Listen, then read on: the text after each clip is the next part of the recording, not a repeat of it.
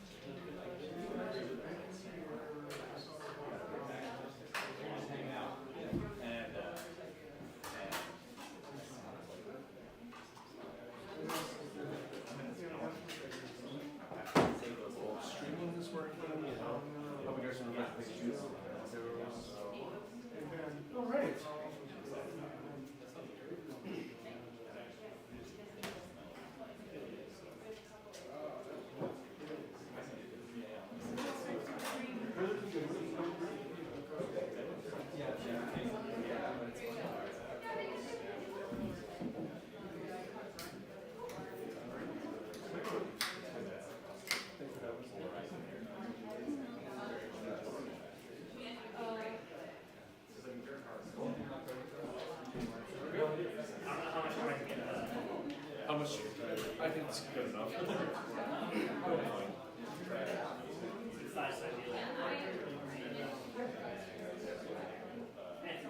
It's fine. You have last year. What's that? Last year. Yeah, that's right.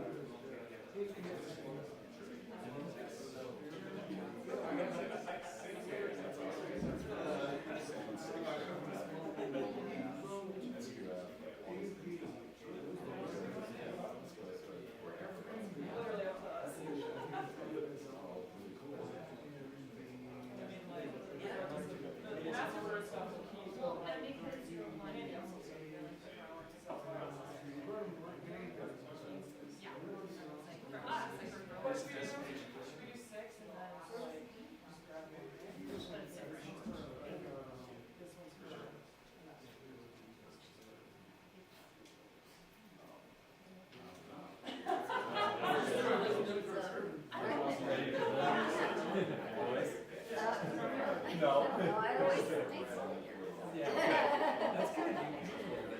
And I try not to use too much material.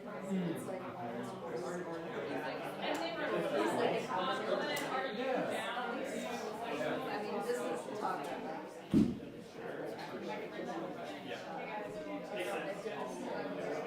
Good.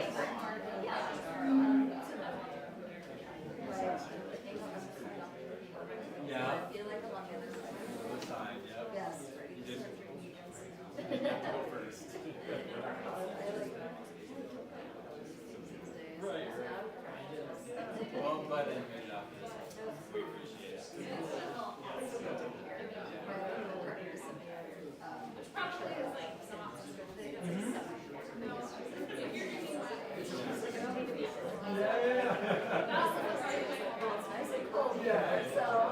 Well, it's kind of like It's kind of iconic. Yeah. It's all that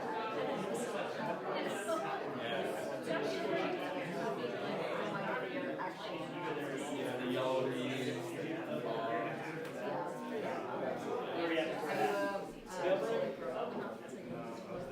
I do. I spent a lot of time there. I've never had a couple of Yeah. I was always very outside. Yeah, so like when I was here in 2020, we know a lot of bird programs. We did, yeah. She got a job. She's a speech language pathologist. Yeah. So yeah, put it on the belt. I was, yeah. So like 7 years. Talk about that. That's where we are at. Thanks. Yeah, that's so good.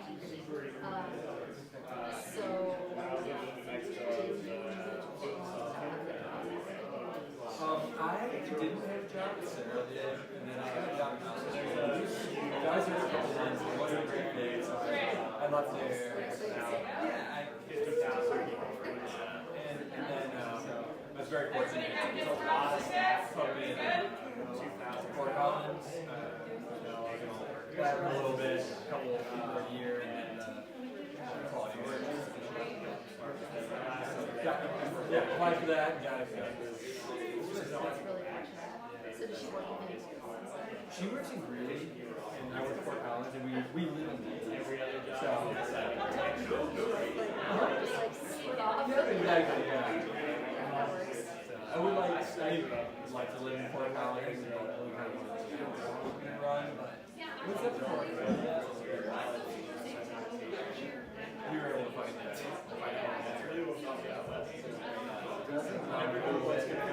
Trying to change interest rates.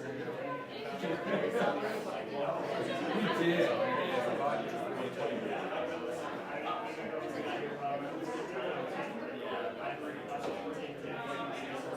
It's like now we're going to be here for a long time.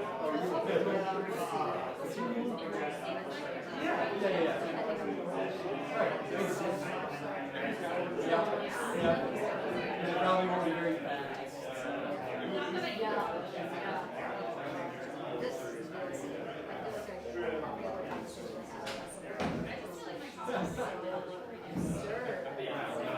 Well, I can only imagine San Francisco's like. Yeah, but it was like kind of tough. It's actually not it's bad. It's like not because a lot of people watch San Francisco.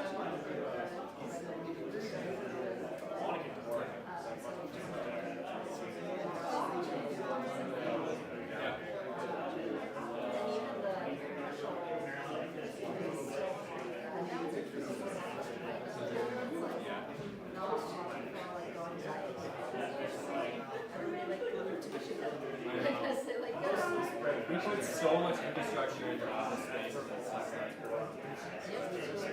You know what we need is Fort Collins. And it turns out the building is kind of using that. If we modify it, I understand. I was talking to my brother about it. It's all part-time. Yeah. And I asked him about that. And I was like, a lot of times like they're probably so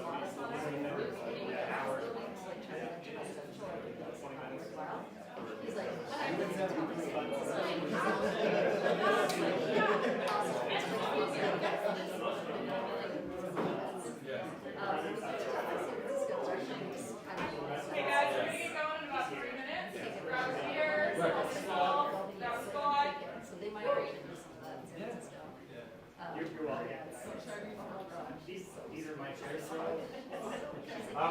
couple quick announcements too. Well, Shane just talked, but there's also bathrooms on down that way too.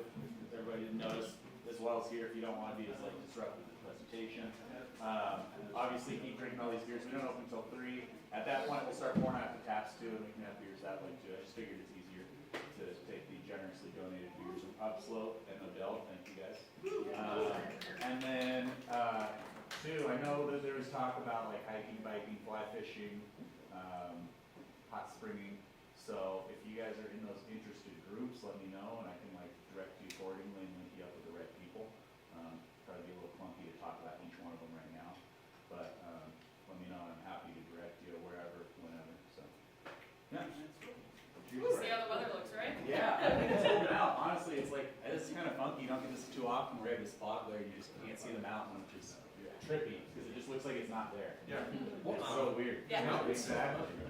Our Still down. it's the Midwest. I'm not convinced. Rob, you're in charge of mountain biking, correct? Yeah. If you want a mountain bike, let me know. Tomorrow still looks like there's a nice weather window and this dirt is softened up pretty nicely instead of being dusty. So. And then I got some intel on fly fishing too for once you do that, and hiking easy enough to direct. Same thing possible. So let me know. Cool. Yeah. Cheers, guys. Yeah, let me know. I'm fishing. Yeah, briefly, we're going to do a raffle at the end. So everybody has 2 tickets. We've got a ton of Master Brewer stuff. We've got some more Upslope merch. We've got BSI stuff. So we'll go over that at the end. But we got 1 more minute. So. Can't start early. Yeah. We can start early. Absolutely. What is that? I'm not ready yet. Not mentally. I think for this first presentation, everyone should get a grab a pint glass as well. Put some out right there. So there are pint glasses here, and then because I wanted to be brand neutral and not offend any Coloradoan and say that we're going to make your beer better, so I've got Kansas here and Nevada here. You can use our beer too, though. Yeah, use whatever beer you're comfortable with. The point is to have like a relatively accessible taste. Cool. Oh, also recycling. There's a little blue tub over there for cans and stuff that is our temporary recycling. So I don't usually deal with that. So toss them in there for now. Thank you. Glass. Oh, thank you.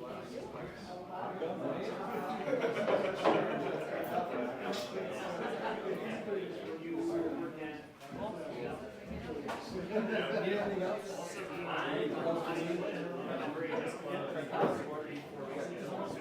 More sport?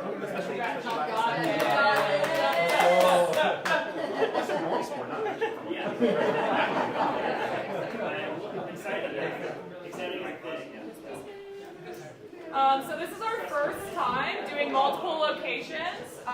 It seems to be working well. Thank you so much, Storm Peak. Thank you so much, Mountain Tap. Let me know if you... Right? Thank you, Sheep, seriously. Let me know if you guys have any feedback since this is the first time we've done this. But I'm super stoked to have Jeff here from Haas, and I'll let you take it away. Hi everyone. Oh, that's gonna make the beer hot. That's not good.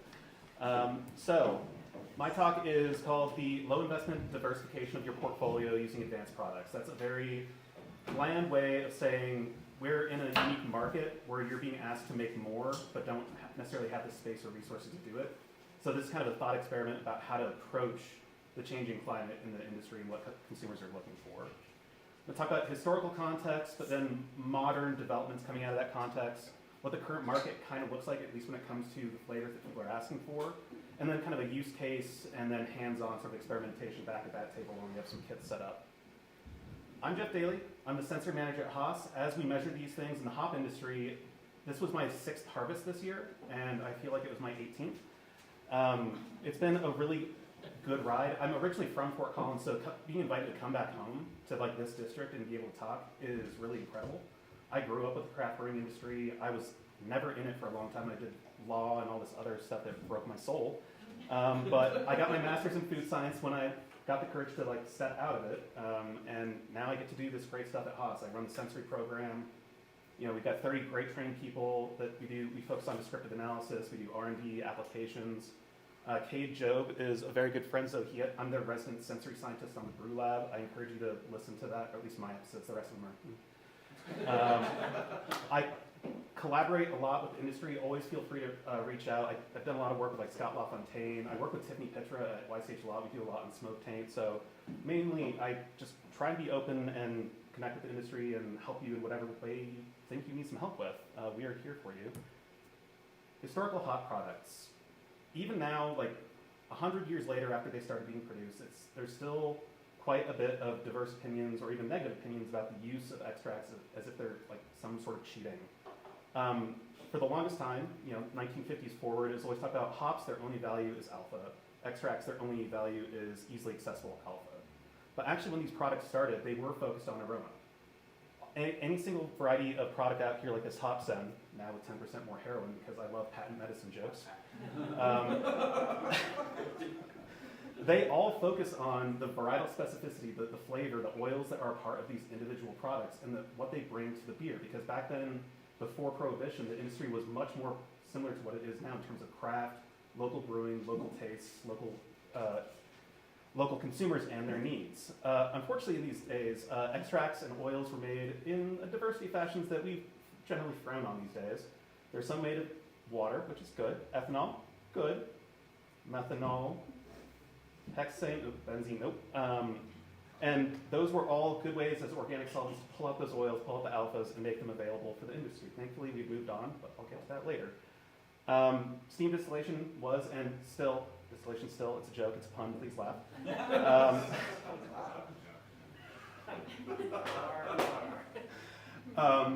It's an important way of getting oils out, but also with these extracts, which you kind of can't really see, I know it's a small screen, but does this sound familiar when extracts are being sold as complete brewing material in and of itself that saves you waste and storage space, saves you loss in the brewing process, can replace flower hops at whatever rate necessary? This has always been a part of the industry, these sorts of products. So I'm trying to preach a little bit about how there's always been interest, it's historically been a part of the industry, but even today there have always been detractors, even when it's fucking ironic that Pabst was calling out Molson and ABI for using liquid hops as not real hops. That's definitely shots fired. On the other hand of that, historically there were these extracts, and this industry, especially after the 90s, there were efforts to diversify the portfolio, focusing on what do I have and how can I change it. Now, iterative diversification, as I call it, Frickin' Friday, baby, was one of the first iterations where you have beers, you put them in the kegs, you dose them with new things like fruits, flavors, and things like that, and you have events. You bring the community around in order to taste these new unique beverages, and you don't have to brew another one-off to do it. On the other hand, including some local faves, Bull and Bush, there were customer-facing options in terms of there were French presses where you could add hops or fruits or anything like that to do the same thing. Customers could choose on their own to make beer different. Same with the Randall the Enamel Animal, which is still a mouthful to say. Fast forward 15 years and a lot has changed, but a lot has really stayed the same. One of the biggest changes is from the 50s, when a lot of this early work was being done to try and crack the hop atom, so to speak, we've really come to understand the physical chemistry of how hops work a lot better. And there have been developments in the form of supercritical CO2 extraction, how to optimize that, other technologies like SFE, short path, white film, even spinning cone technologies as novel ways to make extracts and distillates and isolates in order to get the most out of the hops and what they offer to brewers. Some options in terms of Whirlpool products, because there are parts of this where it's going to be very commercially, and I don't want it to be. So here are options. They're all good. Use whatever you want that makes the beer good, because I'm a consumer first. I want tasty beer. So if working with Osthaus down the way in Lafayette and tolling hops there works for you, awesome. But there's Dynaboost from our friends in town, and then our product Incognito, all advances in terms of ways of getting high quality hop oils into beer in order to change recipes rapidly and improve them for the consumers and hopefully save you money by being able to have more beer to sell. On the other hand, when I was talking about distillates, isolates, things like that, there are post-ferment high-quality oils. All of these, I won't list them out, but there are a lot of options, and they're all valuable, and I'll get into why. But first of all, I want to talk about consumers. Those pesky consumers, always annoying you with what they want, what they need, what you need to give them in order to stay in business. Oh shit, that is actually a cycle. The Zumtooth Institute in Germany, which is the Industrial Economics Institute of Research, did this study this last year where it was some independent studies, but also basically a meta-analysis of all the flavor houses, all the food companies out there that put out their own trends. And they distilled it down into these mega trends, as they call it, which was the things that consumers are looking for in the near future are global. So globally local sort of flavors, enjoyment factors, so high hedonic. People are still obsessed with, Doritos for a reason. There's quality, sustainability, beyond food, so cell-based aquaculture and stuff like that, health and the everyday world. But what it really breaks down to in the brewing industry and what people are looking for are things like the health halo. So ingredients that make beer seem like it's healthy or a functional beverage. Clean label, so whatever you're putting into your beer, most consumers are still wanting to see on the label words that they understand that they can read. So fruit extracts, hop extracts, things like that. But most importantly, diverse flavor options. And what do those options look like? And again, I tried to maximize the contrast, but if you don't know them, Kerry, which is one of the world's biggest food companies, but also they make Kerrygold butter, which blew my mind when I found that they were the same company. They put out their flavor forecast, they call them taste charts every year, and they do it for different segments. So this is the water and cold beverage segment, which includes things like beers, seltzers, RTDs. And they always break it down into mainstream flavors. So for the longest, they're flavors that have been around for a while but are still really strong. People still want them. Things like orange or mango or pineapple, things that are very obvious. Then it moves further and further into niche flavors that are up and coming and might have velocity and peak interest because of their rarity, tropical fruits. Most importantly, hops. Hops are an up-and-coming flavor for the rest of the industry. Because of hop waters and how much it's changed the way that people are looking at hops and beverages, even international flavor companies are looking at hop waters as a significant disruptor for the beverage industry. But that's all well and good. What does this mean for you all?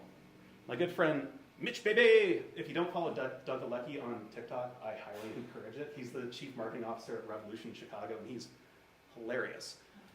What he says, and what I strongly agree with, and all these flavor trends, is that customers want more options and they want it now, goddammit. Solution, for those of you that can do it, are mixed packs and seasonals. It's low commitment for the consumer. They can gamify by saying, you gotta catch them all. Oh, there's a new, Juice Force or whatever.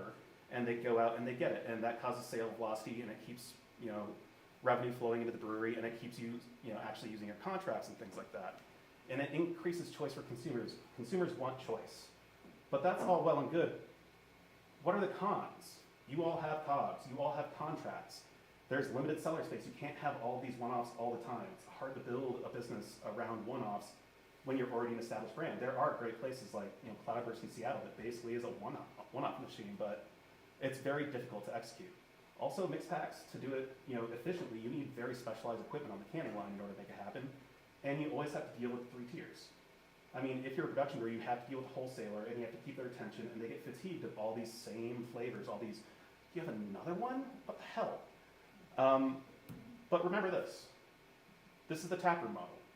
This is what it was. What could it look like now that we've talked about new extracts, new post-ferment additives and things like that?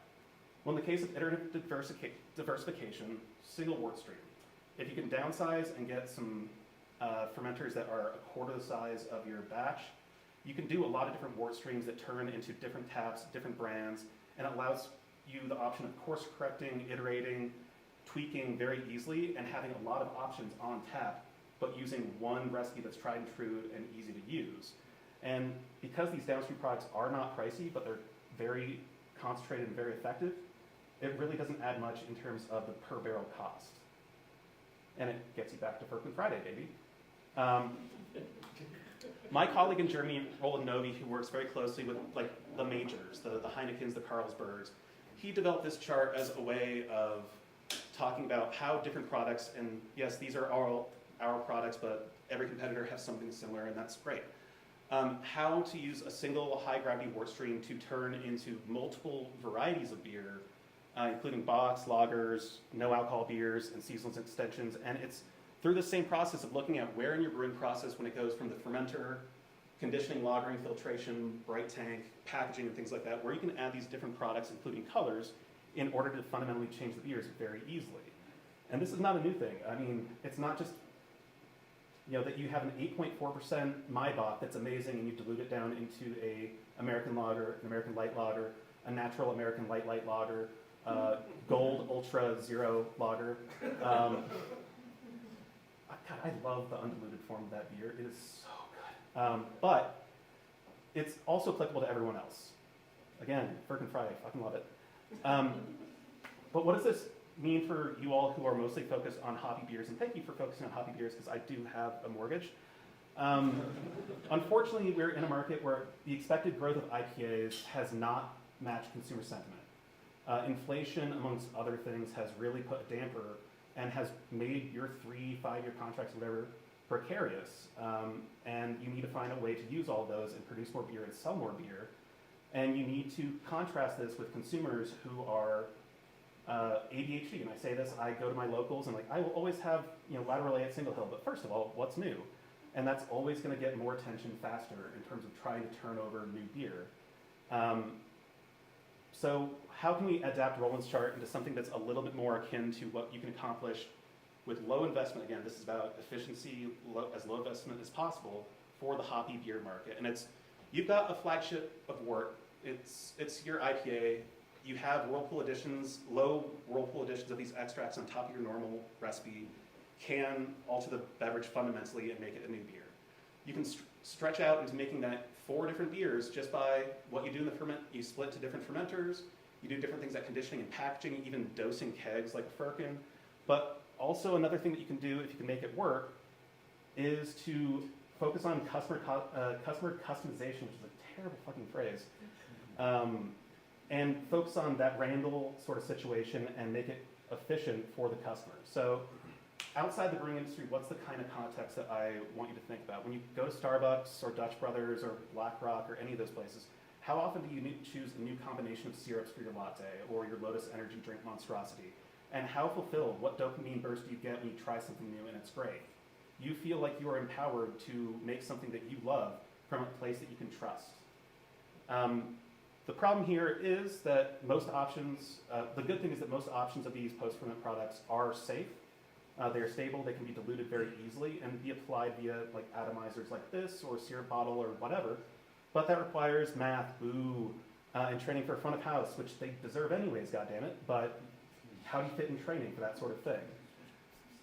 But have it your way. At BK is the best thing that I can offer you as a way of really being ingenious. If you have 1 beer on draft and you've got a bunch of these different products in these espresso forms, then if you have 4 different flavors, then based on permutations, you have 1 beer on draft all set with these flavors, you have 21 different beers with all the different combinations that entail. And all of a sudden, customers have all these options, and you can focus on brewing that one recipe that's burning through what was supposed to be a 2-pound per barrel whirlpool and a 4-pound per barrel dry hop, that all of a sudden these days isn't moving quite as fast as it used to. With the example here, 2 sprays. Let's just skip over that because actually the example changed a little bit. But wait, there's more. Beer isn't moving quite as fast as it used to, and because of the high quality nature of these hop products, there is a different type of freshening power of hops. These products, unlike layering in an amaretto syrup on top of your oxidized old beer, it's not designed for that.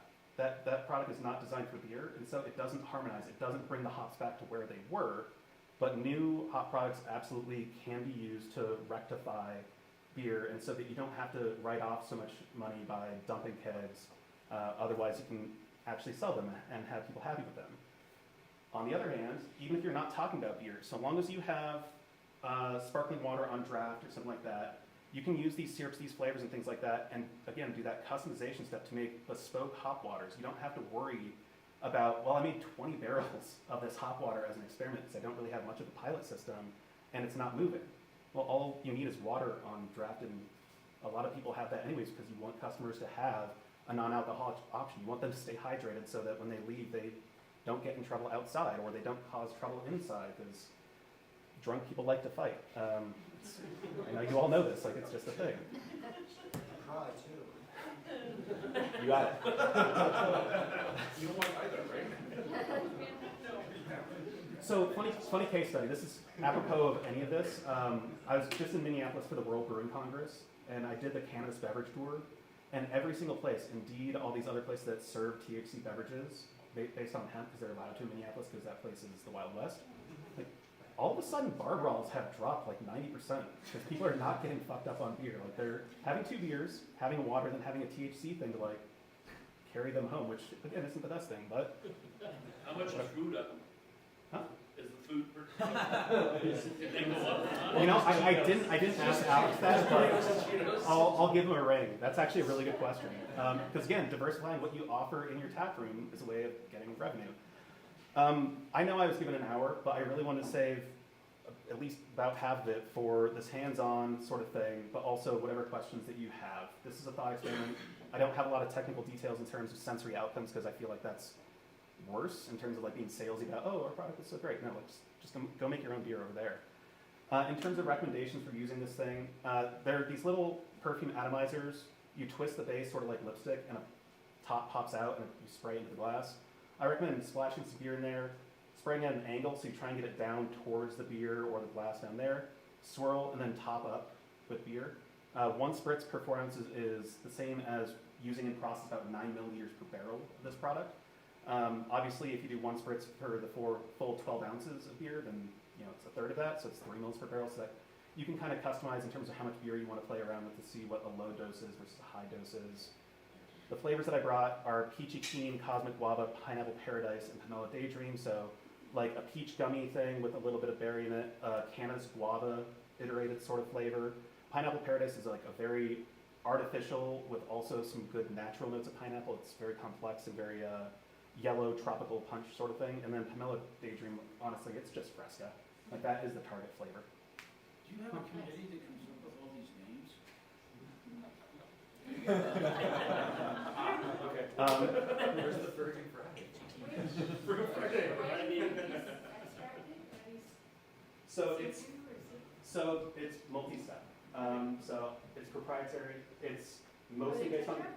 No, there's no tetra in there. It's all hop oil or other botanical oil. So it's 100% FDA certified natural. It's not playing with that loosey-goosey TTB definition of natural, which as a food safety person bugs the shit out of me. But yeah, it's all hop oil, extracted and distilled in a proprietary fashion, and I wish I could tell you more because it's really cool. But yeah, and because we were very intentional in the formulations, all these flavors play with each other as well. You can't take someone's, cherry cola flavor and their guava flavor and combine them and hope for the best. These flavors actually were designed to work together. So any sort of combination that you want to come up with, I particularly like this 2-to-1 of the peach to guava or vice versa, or the pineapple with the pomelo, but really it's whatever you guys want to do. It's all back there for you to kind of have some fun with. Thank you. Yeah, and there's samples. Feel free to take those green boxes back. I was only able to fit like 10 in my suitcase, so sorry I couldn't bring one for everyone, but. What's the shelf life of these products, and like what's the oxidation potential of these products? Like if we use the bottle partially, They're stable. So refrigerated, best case conditions. We always encourage blanketing after use if you don't use the full bottle, but I will caveat this by saying we've been very intentional with the package sizing in order to try and make them as close to one use as possible based on what we offer. But they don't oxidize very fast when you open them. We've done really open, close, and store room temperature. And from my conservative determinations on what true to flavor is, 6 months is good. And its ideal storage conditions, 12 to 18 months. We're getting towards that 18-month time point, but last month at 17 is still tasting really good. But I'm pretty sure we're going to cut it off at 18.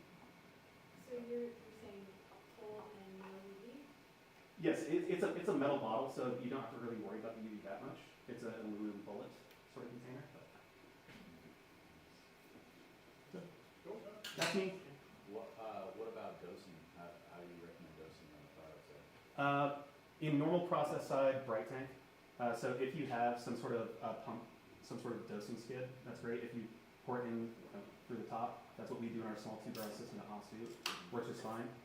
It takes 12 hours-ish to equilibrate, to disperse. It's water soluble, but like to get the best flavor and not have any sort of stratification, you do want to allow some time for it to integrate well, but yeah. Nope. Oh, it's just. Yeah, it's fully soluble, so especially if you're putting it on top, it will equilibrate. The ethanol in the beer will pull it apart and disperse it evenly.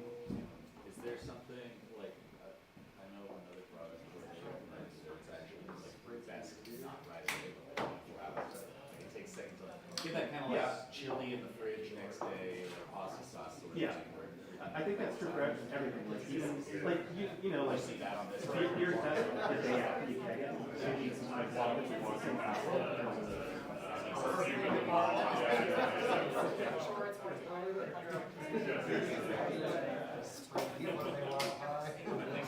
Any other questions? I'm here. So you said you recommend pouring it in, dosing, and topping off? Yeah, because that For gets the like, mixing? that gets the flavor fully created. You can't just pour the full beer with spritz on top. Yeah. And that gives you the most potent aroma. But then there's that flavors. Yeah. So I encourage this as well. Do you want more? Yeah, depending on the flavor, there's some lot of but you know, we lose a lot of flavor and intensity because it absorbs the cell walls and stuff. So you can do it, you can get a unique outcome. We just, for the cost, we recommend Can we it. go back to the combos? Oh, it's fine. Oh, God. Yeah. I'm gonna turn this over this way now. Yeah, we wait for it. Where are you going? Oh, we're going that way. Nice. You got it? Now we're pretty well.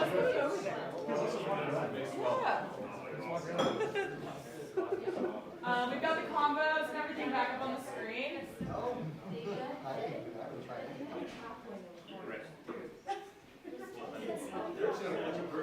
They're intense.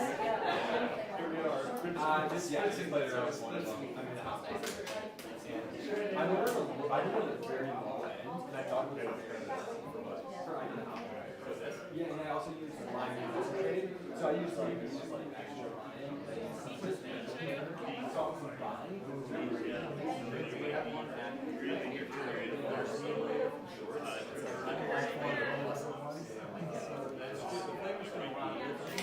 But then the hops like bring some of that to it. Yeah. And it's nice. That's I know, right? I thought It is like a natural flavor. It's a fully natural flavor, so it's extracts and all that extracts. yeah.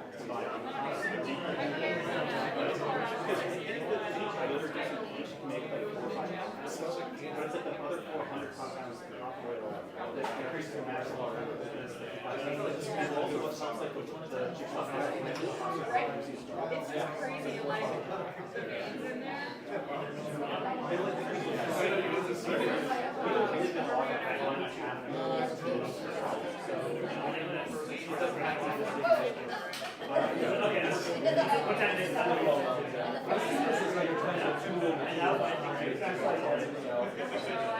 It's going to complement something, but like, it's nice and it's nice. Right. I'm like, I really want to break this flavor. I'll try to break this. But getting that sweet sort of grapefruit, like that mouth watering. It's great. And they're used to that. Yeah, exactly.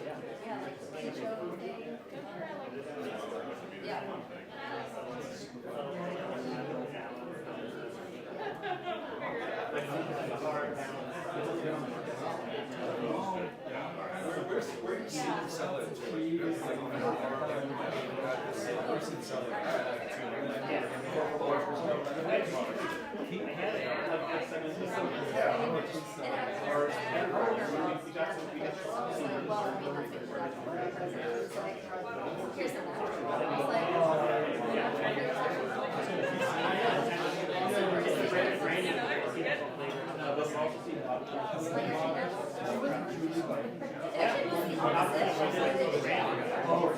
Amazing brand. Does she play well? I actually never ate it. Just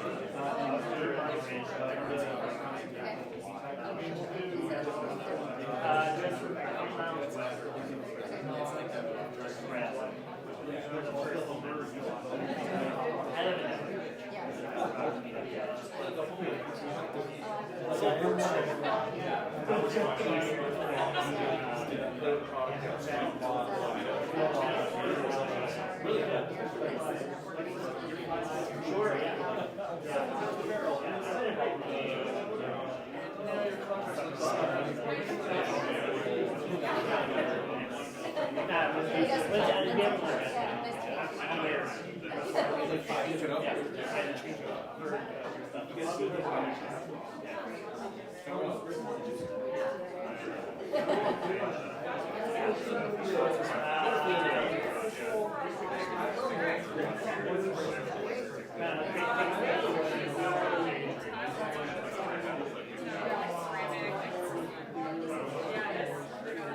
No, I'm used to it. I'm from Maryland. I'm pretty involved in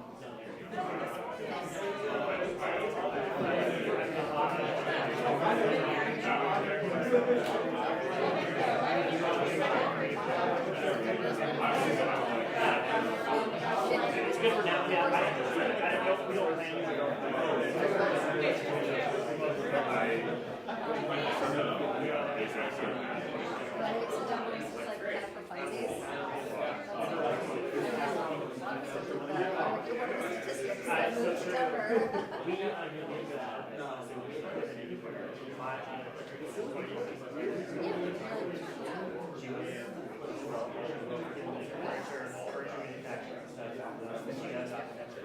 Yeah, well, I'm sure she's could find something.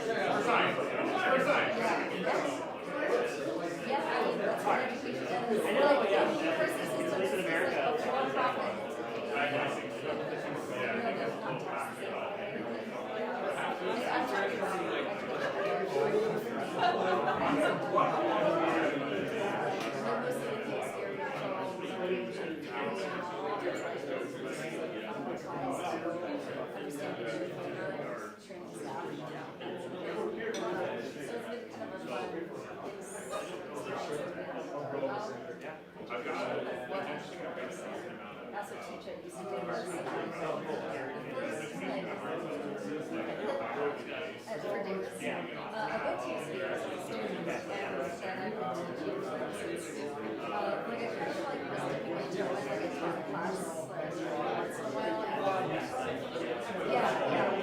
like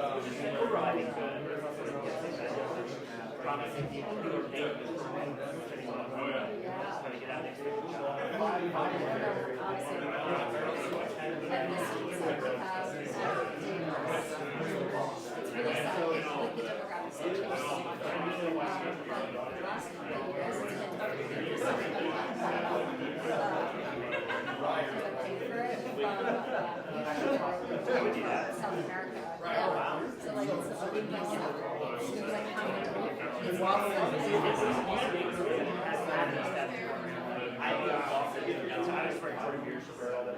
Yeah. I mean, Charlie's like a big Dan Gordon fan. Yeah. I'm about to work your first class. I that's kind of like this stuff. And now, so like, trying to after it's a little long. Yeah. So,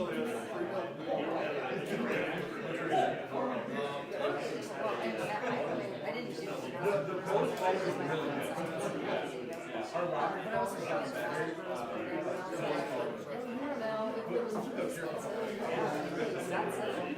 and like it's not a degree, it's a certification, which like for me it does mean a lot, but frankly, to the industry, yes.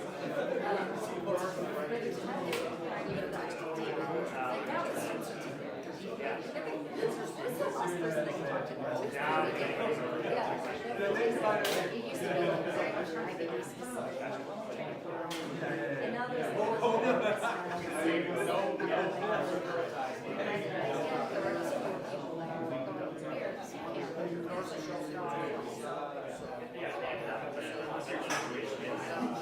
well, a lot of them are like, half of them are employed by me. There are a few that are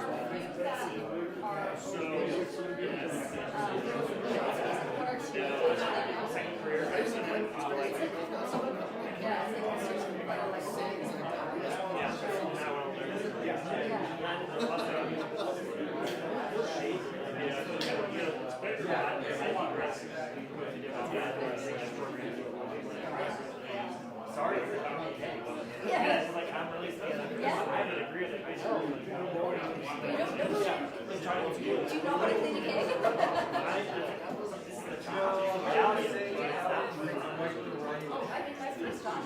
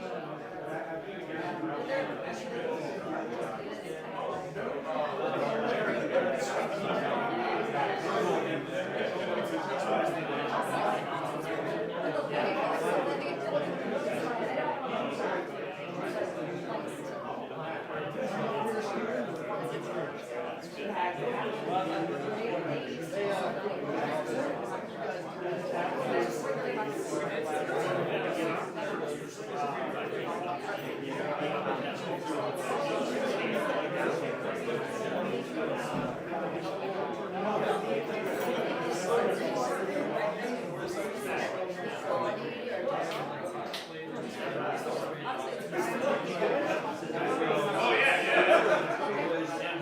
I had to try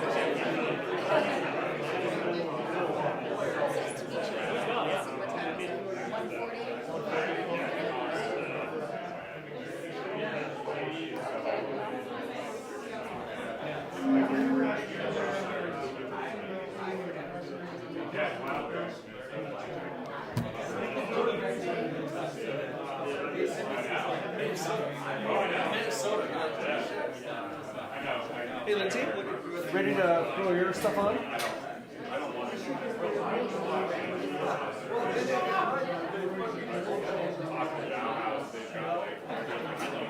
Lindsay, you've got some time, but what? Really?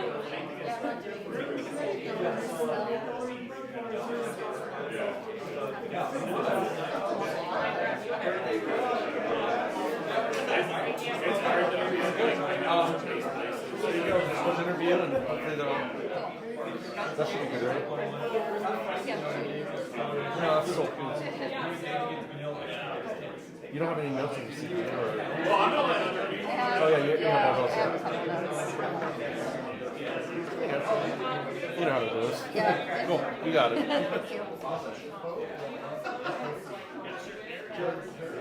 Hey, real quick, if everybody needs water, it's right here. It's on a well-lighted tap, so.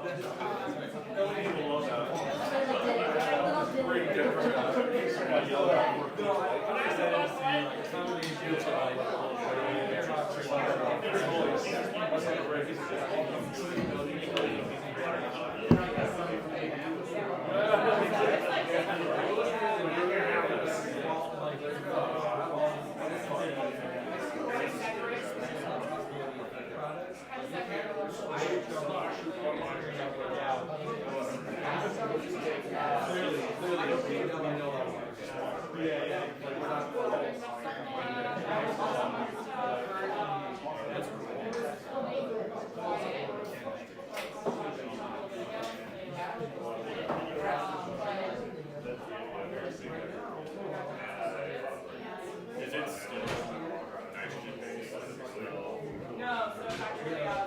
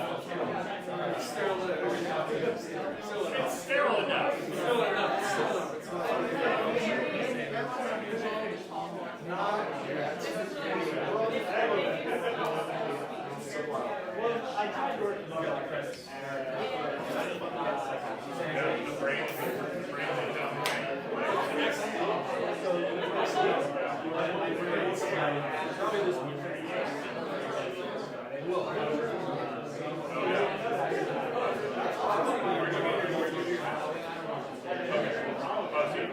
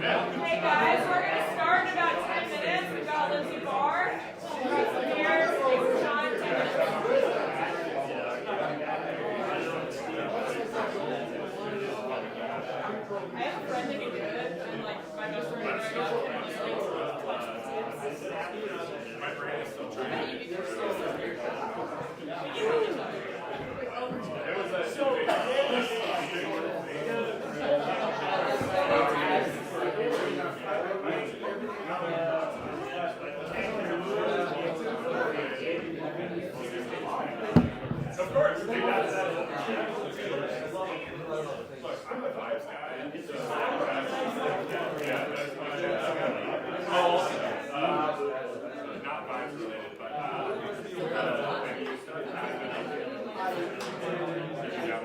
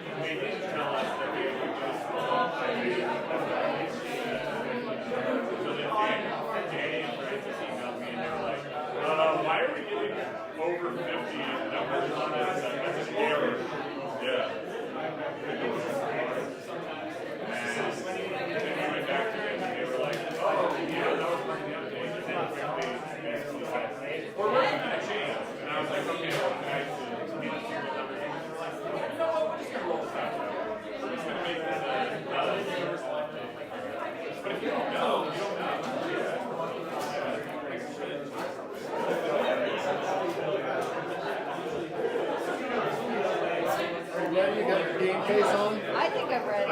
Yeah. Drug tests? Yep. I know they look so sketchy. I've failed. Yeah. They look pretty sketchy. Yeah. What are those for pH? No. It's like they're aromas. Oh, okay. Well, yeah, we'll mess around with it. There's like a little bit of oil in here. Kind of wet.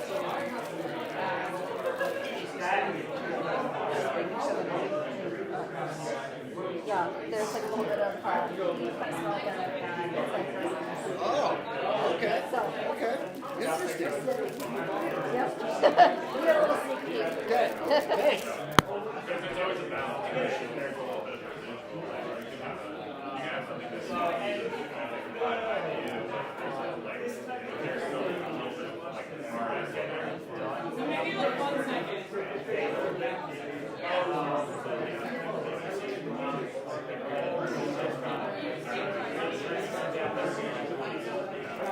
They're not, so what they're not going to be able to do with their is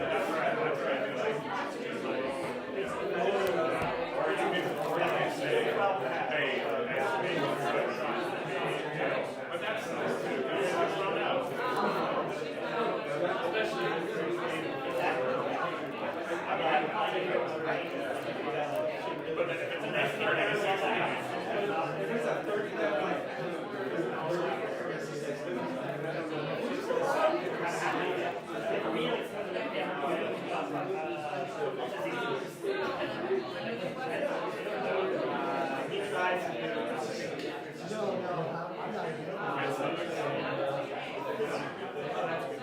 will say, compared to a lot of other suppliers that I work with, their rollout is not the best, but that's why I quite a few suppliers basically like, well, we bought the machine, and like, well, what sucks? Are we supposed to be selling stuff to people that like can make things happen?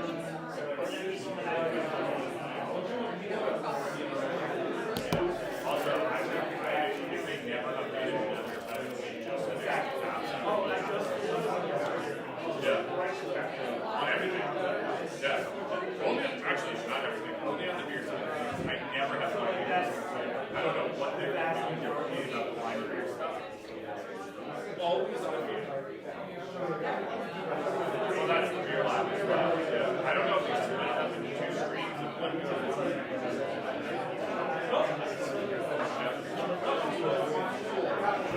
Well, and then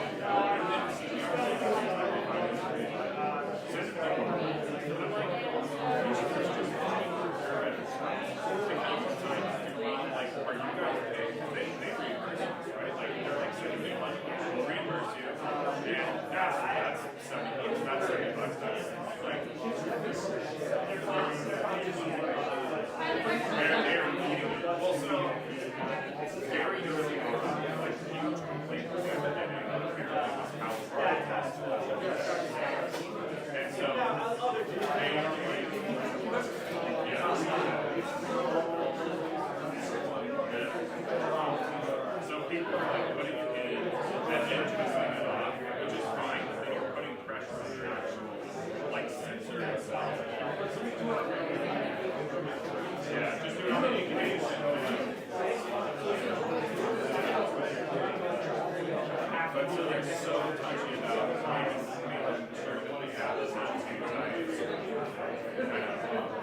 Or just like behind things like this wine roll, especially like you have to change that a little bit, but people put caps on wine bottles and they shrink wrap it on a sheet, like just put a little cellophane thing on top of it, and then they run it through the ink and all this good shit. You know, like there's still work on your guys, but it doesn't leave.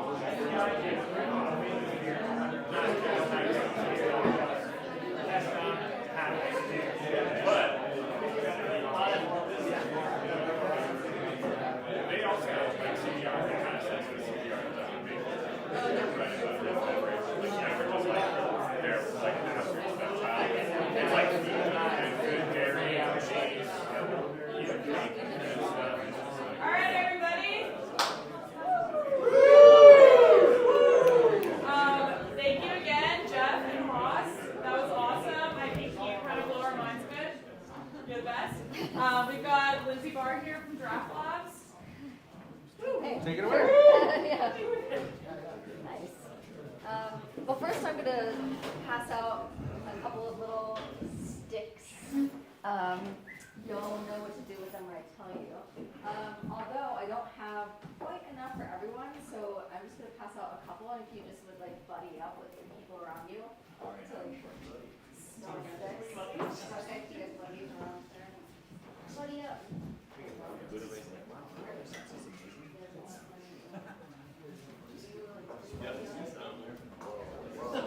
Don't make it weird.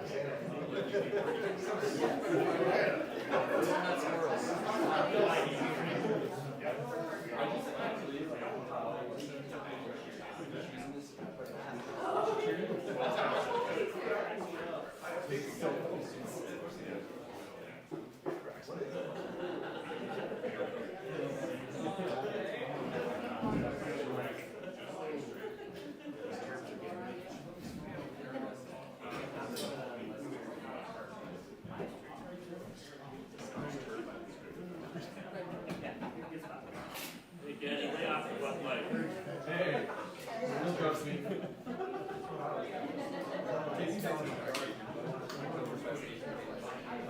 It's a waste of water. Yeah, it's a waste of water. All right. Okay, yeah, I have another talk coming up in like a few days, and I just didn't make enough kits, so thanks for buddying up. No big deal, it's pretty easy. All right, so hi everyone. Thanks for being here. Yeah, appreciate you guys being here. I'm like warming myself by the little fan. It's like really nice over here. Yeah, it's nice and warm. So yeah, thanks Rob for the invite and the board for getting me out here. It's always great to be back in Colorado. A little bit of my background, I lived in Fort Collins, Colorado for about 10 years. I worked for New Belgium Brewing Company, if you've ever heard of it. I was the sensory and consumer research specialist there. So I did that for some time. Before that I was at UC Davis studying food science and technology. Yeah, I was Rob's TA.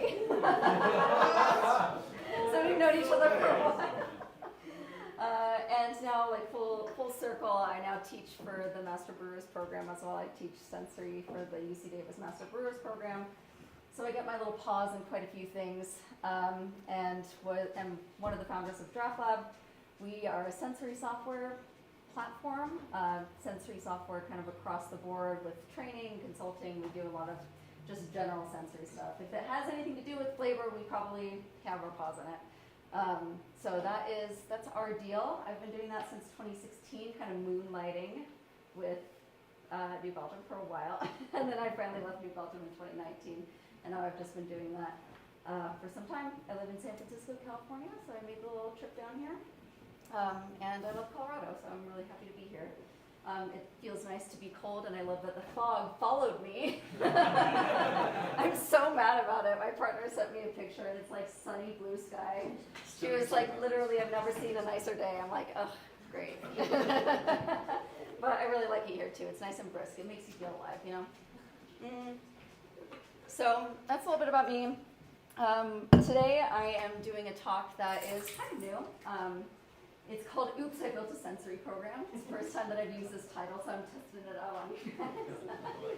And like the whole concept with this is, you know, I've been having a lot of conversations with you all for the last day and a half, and a lot of the same themes kind of come up. That, you know, there's very few resources in the brewery, the times are changing, things are shifting, how do we kind of do more with less? And, you know, the sensory is definitely part of that. At New Belgium, we of course had a huge sensory program, world class, if I may say so myself. But like that's not practical for most breweries. For 99.9% of breweries, that kind of thing isn't practical. And honestly, it doesn't make sense for really small breweries to invest so many resources into doing sensory. So today I'm going to talk about accidentally building a sensory program through training. So hopefully we'll have fun together with it. So this whole thing kind of came about through a thought experiment. I love that Jeff and I are both like, let's get theoretical. It kind of came about with a thought experiment where what we were trying to kind of envision was how could a staff training program simultaneously accomplish two different functions. One of them being to, of course, build staff confidence to effectively sell your products. And I very intentionally use the word confidence because there's a decent amount of education research about education research and also like food and beverage research about what confidence does to employee morale and what that does to sales. And it has a pretty major impact. So I like to focus on how do we get people confident. It also has a huge impact on retention as well. So confident employees are happier and they are retained. They like stay at your brewery, and they're also more effective sellers of your product. So how do we do that one thing? That is something that every single brewery can acknowledge that they need help with. Like every single brewery needs a confident staff to sell their products. It doesn't matter if you are not yet enlightened that you don't know that you need a sensory program. You do at least know that you do need confident sellers at your front of house at least. So how do you accomplish that thing, which we know is important, while simultaneously building the basis of a professional kind of sensory program? And the little trick that we threw in there was, how do you do that without any need for an administrator? So how do you do that without anybody who's going to be the devoted trainer or anybody who's going to even be like a part-time trainer and a part-time sensory person. So how do you do that without any kind of resources? So that was the big challenge that we gave ourselves. We talked about this, started talking about this many years ago, but we started really giving ourselves to this project about 1.5 years ago. And so part of this talk is just kind of displaying what I've learned, and hopefully you'll learn something along the way. So today I kind of want to paint that picture of how we got there, how we're getting there. It's a process. And hopefully give you all some techniques that you can take away and use at your brewery, some of the techniques that we've been testing for the last 1.5 years or so. So what made us think that this was possible, that we could achieve those two simultaneous goals without an administrator, is that if you kind of think about it, what makes a great sensory panelist is the same thing that makes a great and confident and effective staff member. It's kind of more or less the similar characteristics. So our focus became not necessarily on like the sensory methodology side, but it became on the staff training side. So how do we just focus on training and build sensory methods and processes and data capture kind of techniques and training techniques that would hopefully start fueling the baseline for a sensory program. Because a baseline for a sensory program is just understanding what your brands taste like, right? If you don't have that, then you can't start a sensory program. That's where everybody should start. And your front of house also needs to know that as well. So it's kind of the same characteristics that would make a good taster and a good staff member. So that's kind of where we started. So over the last year or so, we have been interviewing a ton of people. We've been interviewing people all across the kind of supply chain with, specifically focusing on tap rooms, like smaller tap rooms. So we've been interviewing managers, educators, front of house staffers, salespeople, quality people, brewers. We've been interviewing just a bunch of people, just putting our little researcher hat on. And across the board, we hear two things. We hear from staff every single time that I sit at a bar and talk to whoever is bartending. Every single time when I ask them what was kind of the hardest thing for you when you started, that was like one of my little research questions. What was the hardest thing for you when you started working for the brewery? Guaranteed every single person, and you should do this in your tap rooms, every single person will say it's really intimidating to talk about flavor and to describe the products that we sell. Like, it kind of freaked me out. So a lot of people say it's intimidating to talk about flavor. It's a part of the job that feels scary to many people that are first starting or have some experience but also new to that specific brewery. So, and here's the kicker too. They say not only is it tough to talk to customers, or they're nervous talking to customers, but they're also nervous talking to brewers. A lot of them are like, that's actually scarier, talking to the people in the back of the house. Some of you brewers are like, me? I couldn't possibly be scary. You're scary. So for new front of house folks, they're like, I don't know how to talk to the brewers. I don't know what should I ask them, what should we do? Like, I want to learn, but I don't want to make them mad or whatever. So they get kind of intimidated by brewers as well. And so that's on the front of house side. So they're intimidated by that part of their job. But we also hear that knowing about flavor and being able to, talk about flavor in a kind of full, comprehensive manner is one of the most impactful pieces of the job as well. It's incredibly impactful when it comes to selling and especially upselling your products. So if your staff can connect customers to the beer that they love and maybe even expand their palate, they definitely do a better job at selling that extra six-pack as you leave. At Mountain Tap, it was hard for me to not notice on the way out. Did you guys notice the sign on the way out? On the way out, it was like, get your six-pack. I thought that was such good marketing. I was like, that's awesome. But I will say, at least as a consumer, if I know that, a bartender said, I know that you had this IPA, it was really yummy, wasn't it? You should try this one and maybe take home a six-pack. I would do it. 99% of the time I feel leave. So I love to be upsold. But a lot of folks are intimidated by that process, especially if they don't really understand the flavors of the products and how they kind of relate to one another as well. So if you kind of just take a second to think about that rock star staffer that you have, you all probably have like one or two people that you're like, I can trust them, and they're really good at their job.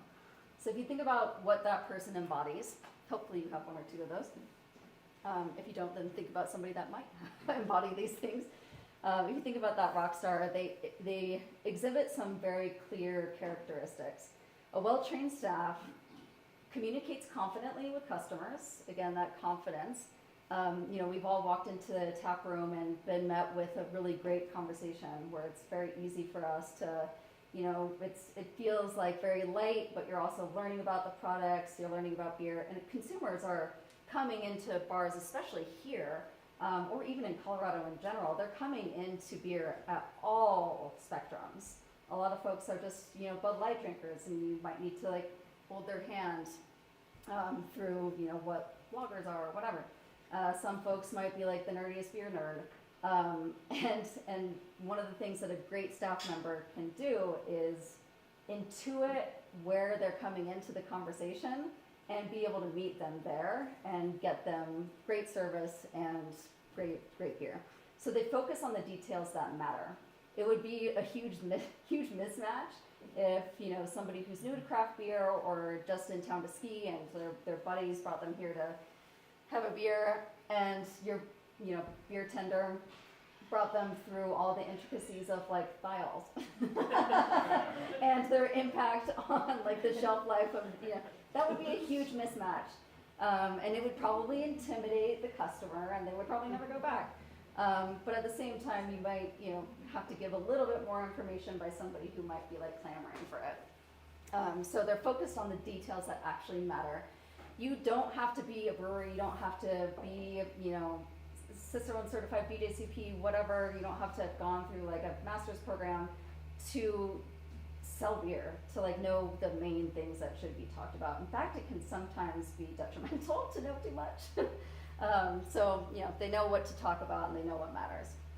So something like, you can expect these 4 flavors from this product, and it is lighter than that one, and it's this one's closest to Bud Light. It's gonna have a little bit more malt character. Those interactions seem pretty easy for us, but we take them for granted, and it takes a little bit of time to get there. So they just get it right too. This is something else that we kind of take for granted. Just the importance of pouring and serving properly. The service side of hospitality is a huge piece of it that can often kind of go by the wayside. So they get it right. My coworker on this topic the other day, he told me that he works in he's in Western New York. We're mostly in Western New York. That's where most of us are. I'm just the one person that's I'm not living in Western New York. No shade. I love Rochester. Love Rochester. Anyway, he was out at a bar. He called me right after this. He was like, yeah, I was just at this bar on just to get some work done.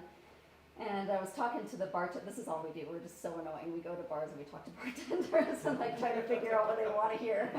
So I was talking to the bartender, and I asked about their side pool tap. And Matt's my coworker. Matt knew what it was, but he was asking about the side pool, and the bartender was like, "Oh yeah, sure. I've been here forever. We like that beer. It's a lot of people like it. Blah blah blah." I kind of gave him a little bit of the rundown, but pretty surface level. And he's like, Matt's like, "Okay, sure, I'll take one of those." So the bartender that had been there for many years poured the side pool beer all the way to the top with no foam. All the way to the top. And Matt's like, awesome. Glad you spent $600 on that thing. That is meant for foam, and you gave me something with no foam. And this is somebody who just kind of took for granted. I'm not, no shade on this guy. like, he probably was never trained how to do it, and like, he was never corrected on how to do it, and so that's how he does it, and he doesn't hear any complaints, so it's not that big of a deal. But that was just like such an interesting thing, like such an interesting case study where like, had he just learned, you know, a couple of things about what the beer should look like when you're pouring it, he would have done it right. But he never learned that. So they just get it right. And they sell more beer. So this all culminates in more beer sales. I was talking to a wine person the other day about this, and I basically asked, like, how do you know that you have a really good how do you know that you have a really good tasting room employee? And he said the really good ones are the ones that sell the most. And of course, in like wine, it's a little bit different of a model. Like a lot of it is for, you know, they're selling subscriptions, they're selling cases, like they're selling that kind of thing. Like you're not selling subscriptions and cases for the most part. But that was like his main metric. And he's like, yeah, I mean, I have people that know just enough about wine to like be able to sell a lot of it. And it does boil down, essentially in the flavor world, it boils down to how well you know your products and how well you can communicate about your products, right? Okay, but here's the rub. Here's the issue. Nobody has any time. So with no time and a constantly rotating workforce, especially in a town like this, where you probably have a decent amount of seasonal people coming in and out, maybe. So you guys don't have a lot of time. You have a constantly rotating workforce for the most part. How do you train them, and how do you motivate oneself to put the time and effort into folks that might leave in a couple of months? That's a big issue that I've been talking to a lot of people about. So chances, I would wager to guess that chances are you do have limited resources. You probably don't have a full-time trainer. I kind of doubt that any of you guys have a full-time trainer. So it's kind of a tough balance to strike. Yeah, I mean, I've basically been talking to quite a few people on the ownership side that have said that they at one point had a training program. I think most people are like, yeah, we do that, or we used to do that. I was just talking to a friend of mine in New Mexico, and she was like, yeah, we like had this huge, big training program. It was really effective. We got, you know, everybody like certified and all that stuff, like they're doing their thing. And I'm like, cool, like what happened to it? She's like, yeah, we don't do that anymore. She's like, no, we don't do that anymore. It was too much time, it was too much effort, and like, she's like, I want to revive something, but she was in a position where she was like kind of a like ownership-ish level where she was doing a lot of stuff, and training just kind of fell on her. I'm sure a lot of you in this room, like training kind of fell on you. Like you're like, oh, you're a brewer and you can communicate with people, so why don't you do some training? It usually falls on people that are enthusiastic, but it turns out that it's really hard to get the time. And she was in a position where she was creating these very like customized, really one-off trainings, and every month she was like, oh God, what am I gonna do for training? Like, okay, am I gonna teach them about malt? Am I gonna teach them about, like, what am I gonna teach them about, and why does it matter? So she kind of like, the cognitive load of just having to do it all the time was tough on her. So she's like, yeah, no, I stopped doing that, but I would love to have like just a process that makes it happen. So this is why most breweries, again, that we talk to, essentially kind of check the training box, either by having kind of informal conversations about the new beers that are coming out, or if you have a new employee, you might sit down with them, take an hour or so, which is an hour, to like bring them through your portfolio and to like, you know, talk about your products. So it's kind of informal conversations, or when you have new beers, almost every brewery that I visited, when they have a new beer, they write the flavor description down and they put it in a notebook that sits behind the bar. Do you guys have a notebook that sits behind the bar? Okay. I'm not calling you out. This is the first time that I've like had this conversation. Yeah. Every brewery has one of those, and it's great. It's a good resource, and I've seen people use it. Like if you get that beer nerd coming in, yeah, allegedly, if you get that beer nerd that comes in and wants to know every single hop that's in your beer, like the only way that you're gonna know that is if you have some kind of reference sheet, and having that reference sheet is huge in that kind of scenario. But it's not a great substitute for training.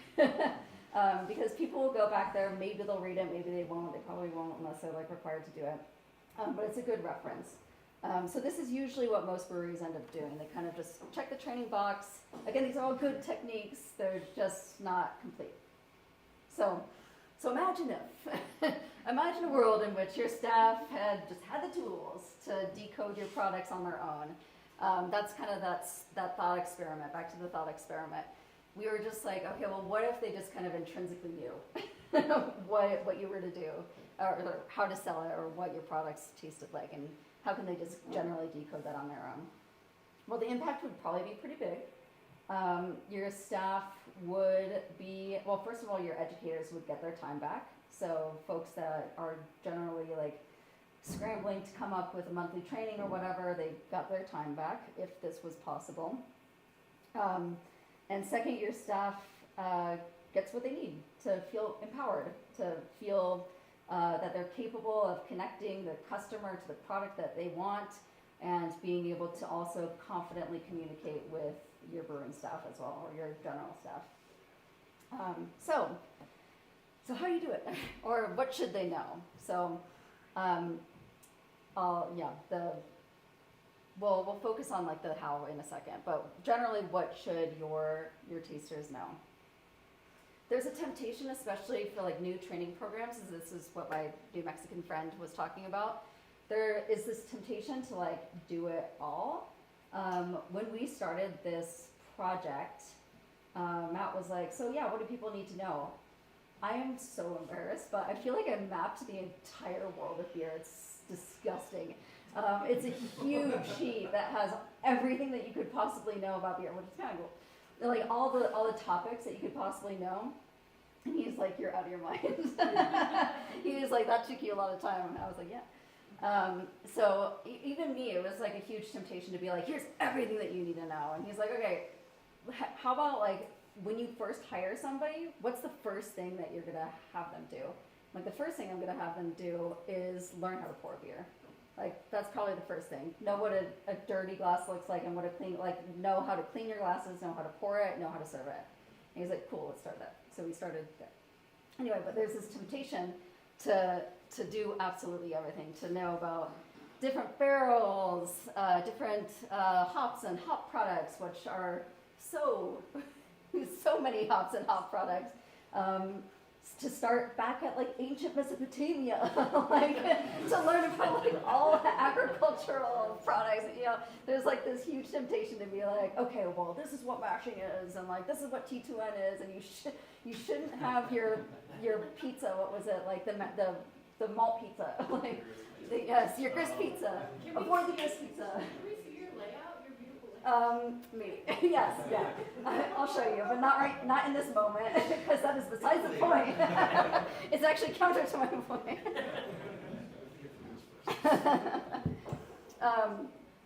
So this carried away gets, like this happens all the time, especially when talking to brewers. Like so brewers, if they're doing trainings, they're like, okay, well you gotta start at Mesopotamia, like here we go. And it's like only a fraction of what you can learn about beer applies when you're trying to sell it. So you gotta really like focus it down. So if you're to get started on what a training program should look like, we took this targeted approach. Again, another thought that Matt and I had was, well, okay, like what are the kinds of questions that you're going to get asked as a front of house staffer? And you're going to get asked about your menu, because that's the catalyst. That's the thing that they're there for. They're going to be asked about the what's on your menu, the tap list. Or if you serve food, what's on the food list. So if you want to be efficient, that's our trick. It's that easy. That's our trick, is just to look at your tap list and then kind of figure out the things that they need to know to talk up, down, and around that tap list. So if you look at it, it's not all that crazy.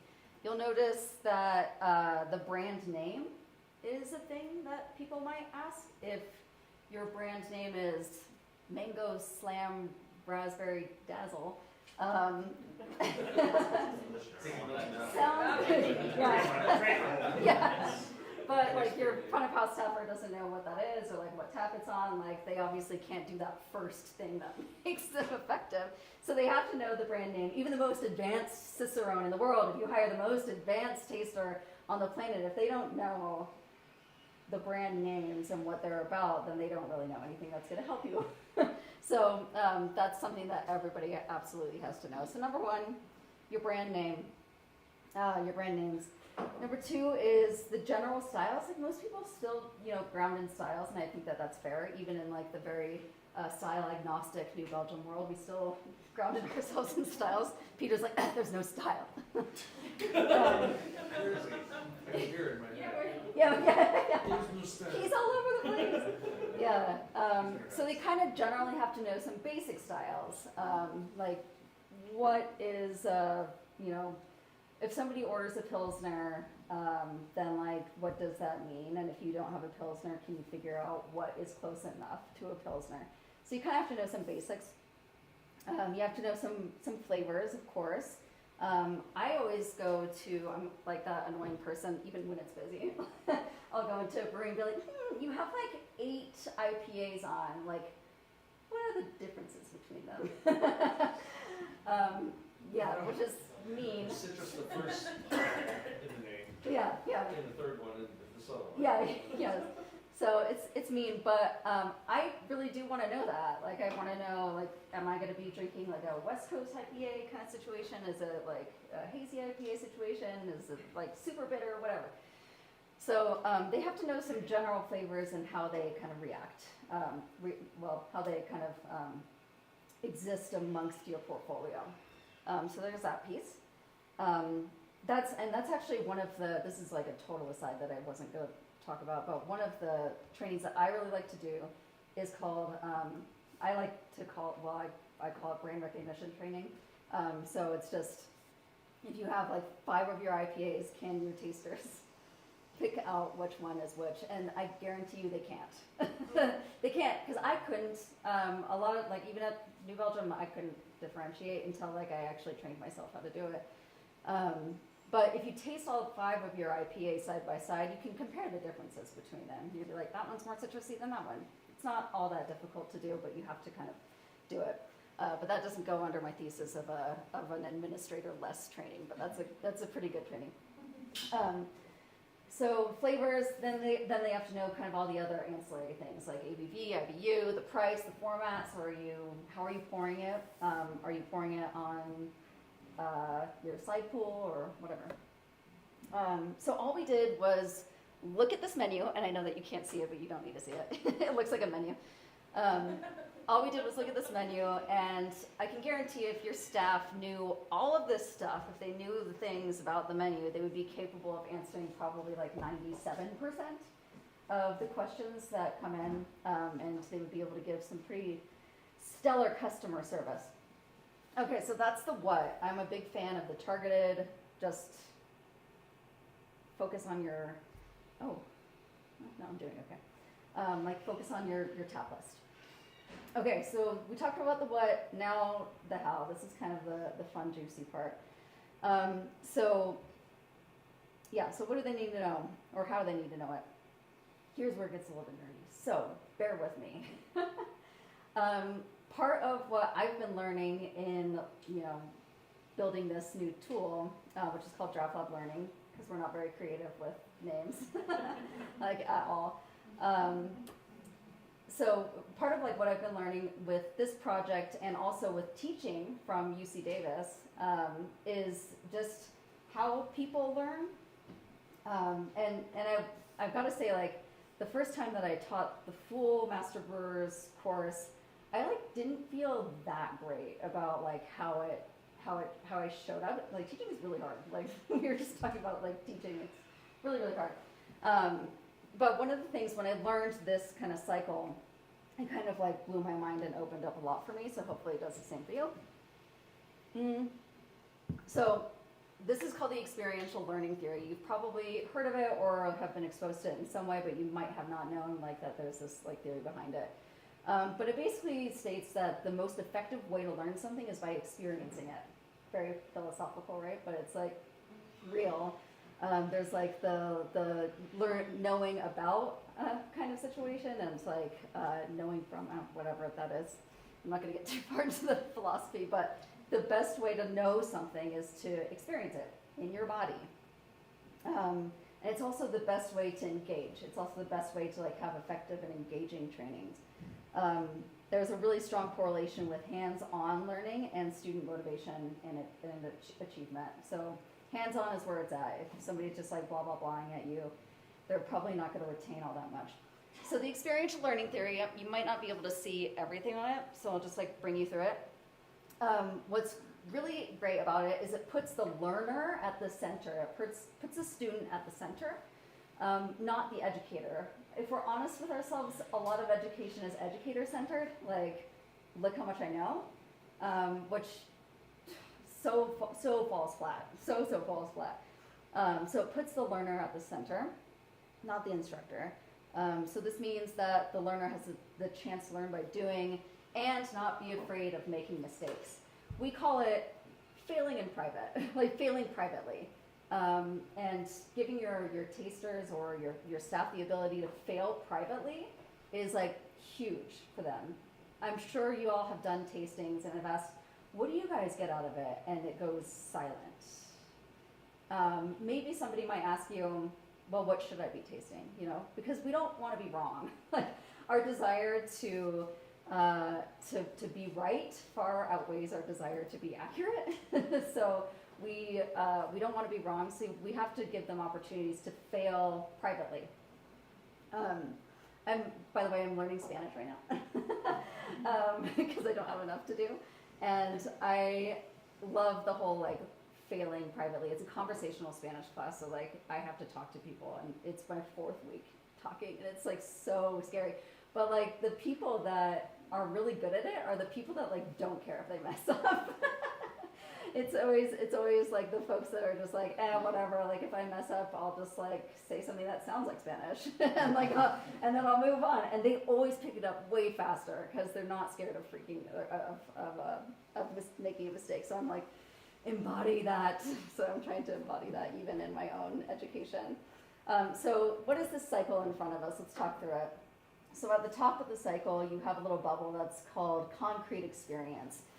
So that is exactly what it sounds like. So the experiential learning theory kind of starts, well, it's a loop, kind of starts with like having an experience with something. So taking a sip of beer, or like smelling transfusional or whatever. You had that experience, and then you were able to reflect. The next little bubble is called reflective observation. So you're given some time to reflect and observe what's happening to you. So you tasted that sample, you're like, it's really dry. It's like, oh, it's kind of like papery. And like, you know, you kind of had a moment to reflect and to observe what you're experiencing internally on your own. And then the third little ball at the bottom there is called abstract conceptualization. So abstract conceptualization is hard to say. It is basically bringing through abstract concepts and connecting them to the experience that you just had. So if you are a very learned individual and you've read all of your books, if you're reading books, that's all abstract concepts. Okay, so like that education is important to like know about the thing and to like know the theory about the thing. But when you actually start learning is when you kind of fulfill that cycle. So that's abstract conceptualization. I did it. And then the last one is active experimentation. So once you have those concepts, once you have that experience, you've been given time to reflect and observe your own experience, you can then start experimenting. So, okay, like I now know what malty flavors are. I know what malt is, where it comes from. I have experienced tasting wort or tasting malt. I've experienced malty beers. I wonder if this brown ale, which is malty, is similar to this amber ale, which is also malty. So that's where you can start actively experimenting with the knowledge that you've gained. So if this sounds a lot like sensory, you're right, because like this is what sensory is. It's like connecting all these things. This is what sensory is, but I just learned about it. I just learned what sensory is. And so there's two different planes too. I'm going to go a little deeper on this. There's two different planes that you kind of can't see from there, which is the grasping plane and the transforming plane. So the grasping is, the grasping is through the concrete experience and the abstract conceptualization. So if you think about it, if you only have one of those things, it would kind of be incomplete. Like if you were to have a concrete experience, like our T2N tasting earlier today, if you were to have that concrete experience, you tasted T2N, you're like, yeah, whoa, like that's a crazy experience. But you had like no concepts to connect it to, then like your knowledge is really incomplete because you don't know now how to prevent it in the brew house. You don't know how to detect it or what that means about your beer. So it's as good as like not really knowing anything because like if you can only like identify the thing but not really know what to do with it, then that's a bit of an issue. My line in the sand at New Belgium even was like, we won't train on attributes that we don't know how to fix. Because like it would be cool to like know that this thing exists, but like we wouldn't be able to fix it. So like I'm not going to train on it. Do you have an example of one of those? No, a table. No, do you have an example of Oh, something? an example. Oh, an example. Well, leathery. Yeah. But now that's different because now we know what leathery is and it's like how to prevent it. But initially I wouldn't train on it because I'm like, nobody knows what this thing is. I'm like, how to prevent it. So like, what am I gonna? But yeah, I mean, talk about abstract concepts. Yeah, that's a. Brewery has its own flavor. Mhm. You can buy 100%. Yeah, and like you don't want to do anything about that, so I don't know. So that is like the concrete experiencing.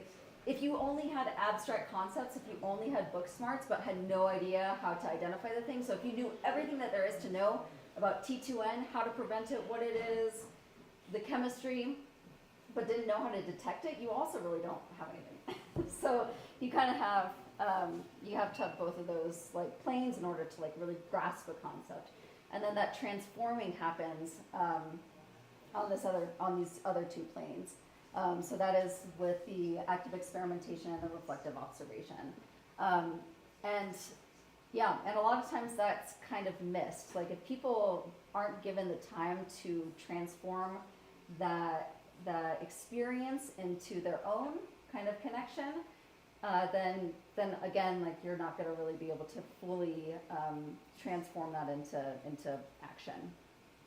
So, all right. So yeah. Let's see. So in sensory, we do this. This is, if you kind of follow this model and you follow it well, you're, doing really good training. But there are a lot of examples of not doing this well. So what experiential learning is not. First of all, it is not passive, meaning experiential learning doesn't just like happen by reading the description and calling it a day. It doesn't just happen passively. It requires active participation to really grasp these concepts. It's not centered on what the educator knows, which I already said. So again, it's learner-centered. It doesn't involve teaching at or talking over. We've all been in those tasting scenarios where you are being told and where you're being talked over. That is a bad way of, helping people to like connect their experience to words, to language. They have to have room for their own reflective observation. It has to be a safe environment to be able to do that. It is not restrictive and intimidating, so it has to be kind of a judgment-free space to try out the language and to mess it up or to just test stuff out. And it is also not without context. Gotta love a double negative, so it's not absent of context. So if they're tasting something but don't have any real context from which to kind of apply it, which we talked about in the T2N example, then it's also kind of incomplete. So it has to be contextualized. Yep. All right, what else was I going to say about this? Okay, that's all. The thing that I said at the bottom, flavor training is really only as good as the experience that you create around it. So, if you are given, I guess I keep talking about like attribute training, which I don't really want to be, but I am. If you're given like a bunch of attributes, but you're not given any kind of contextualization about anything, then like the experience created around it was incomplete. So there still has to be an experience created around it. So what does that look like? Ooh, this is where you get to take out your little sticks, your little smelly sticks. So these are our little aroma packets. Yes, they do have something in here. So this little packet. At the top, you just like tear the little notch. And I mean, if you get it on your hands, it's not a big deal. It's like a little essential oil, but kind of hold it from the sides so that you try to not get it on your hands. And then you can kind of open it, like finagle it open, and then put in your little stick. Eric, don't put this in here. Don't. I'll put it in my mouth. All right. Here we go. It's all good. Put it all there.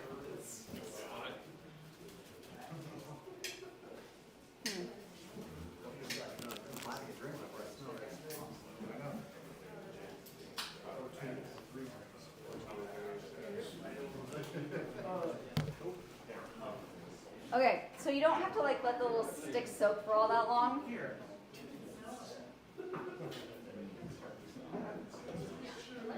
Not too strong. Okay, so we'll kind of like play with this together. So if you take your little stick, put it in a little pouch, you're just getting the oil on the stick, and then you're smelling the stick. That's what you're doing. And you can take a second. So you're doing the thing. So you're having a concrete experience, and then I'm going to give you a little time to reflect on your experience. So reflect on your experience.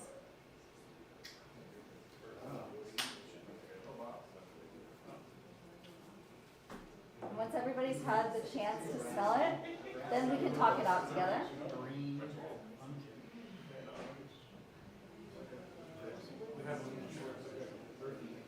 Okay, you guys all had a chance to smell it?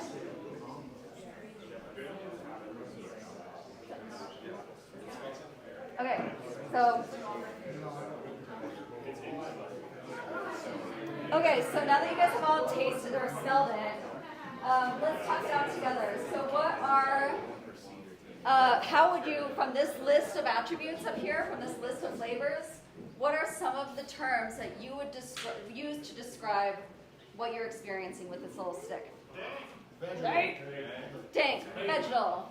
Woody, grassy. Woody, Herbal. Peppery, kind of cedar. Woody or juniper. Juniper, leafy maybe. Great. I mean, you guys just came up with like 10 ways of describing this one thing, right? So you were given a pretty, yeah. So when you have like a pretty simple lexicon, what we did is just described everything around this. Medicinal, yeah. Okay. So now that you've described it, we use the terms like earthy. So we use the terms like earthy, dank, spicy, herbal, resinous, grassy, green, woody, cedar. Those are the terms that we use to describe this aroma. So knowing all of those things, and if I were to give you the selection of these 5 aromas, like, actual aromas, what would you say it is? Out of those 5? Or Out of these 5. out of those 5? Yeah. So many people say 5.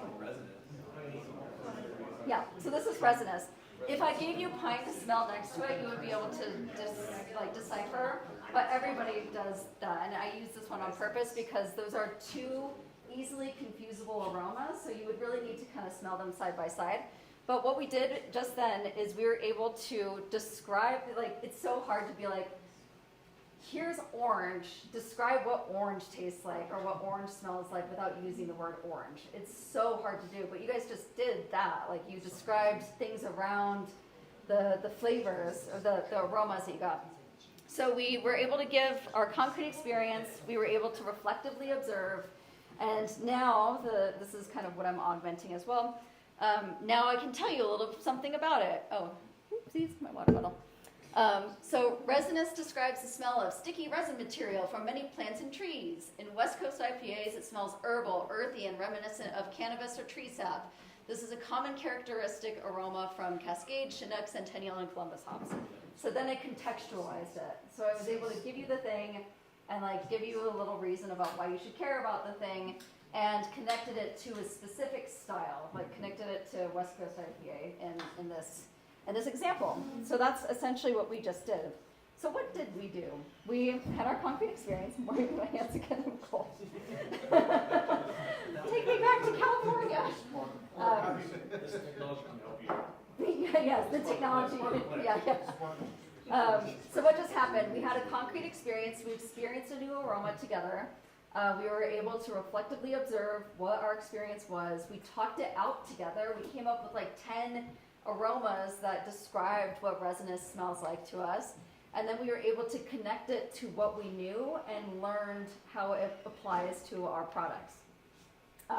So yeah, let's test it out. What hops are associated with resinous? Sorry? Yes. Yes. Yep. I was trying to see if you retained what I just told you, but yes. Oh, cutie. All right, so we were able to kind of connect it to the things that that I wanted you to learn about your products and about the raw materials and whatnot. So even in this like one quick little paragraph, you learned about a style. You learned how to describe a certain characteristic of that style. And you also learned a little bit about raw materials and how they express in your product. It's like pretty simple, but you also learned a lot. So why is this approach effective? Beer is complicated. And what we did is we broke it down into little bite-sized pieces. So it's bite-sized. Complicated concepts are just minimized into like little nuggets. And then we also used implicit learning. So similar to Duolingo, it's like learning without knowing that you're learning. Like mountain biking is accidental exercise, like you're having fun, but you like happen to be exercising. So like the implicit learning is the same thing. So you're learning without actually being made aware that you're learning, which is why the Duolingos and stuff of the world are so effective and have been so successful. It's entertaining and fun. What we just did was kind of cool. I thought it was entertaining and fun. Repetition is another reason why something like this works. So you'll notice in like a Duolingo, you're asked the same question like multiple times, but it's like kind of not annoying because you're like, ooh, I got it right. And they'll also give you the answers. You click on the little, like the answers are there. Like it's not actually testing you, which is kind of the cool thing with Duolingo. And that's the concept that we actually use to model draft lab learning. It's like we're not actually testing you, we're like telling you a thing, but we're making it feel like you are achieving something along the way. So it's the implicit learning repetition that's not super annoying, or just like seeing the same thing in multiple different areas.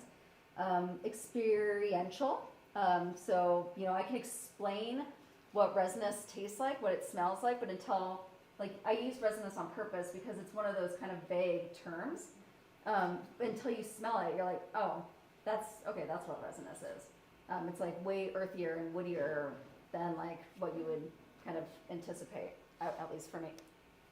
So that's it. So it's experiential. And again, you were able to fail privately, although we kind of did it publicly. And it's also connected, so it applies directly to your tap list. So being really conscientious of like what we were doing and what we were connecting it to. So now by kind of learning beer's language with like these kind of easy little models, your staff is able to confidently talk with customers and hopefully they'll be able to sell more beer. So somebody back there said dank. So this is the cool guy coming in and being like, you have anything dank and hoppy?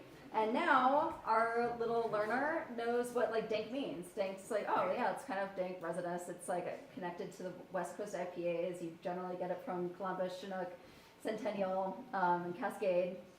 And yeah, now you're ready for that conversation, even just after experiencing something that's very, very basic. And they're also ready for an experience like this. Brewer Bud always gets laughs. Is that what we look like? He's my favorite. We have a bunch of little Apple characters like running around, and like that one's one of my favorites. Like our marketing person just gets bored and she just like pumps out apples. So they're also ready for conversations with brewers. So, you know, as a brewer too, you're more confident going to your front of house saying, hey, check out our new beer, what are your thoughts on it, and actually like having a conversation, and they're more empowered and confident in having those conversations. So our little learner said, yeah, I'm residents, slightly bitter, finish, slightly bitter, finish, and clean. So they're ready for conversations all across the board. And the full loop around like how does this actually feed into a sensory program? Hopefully by now it's like a little clear, even though I wasn't super explicit about it.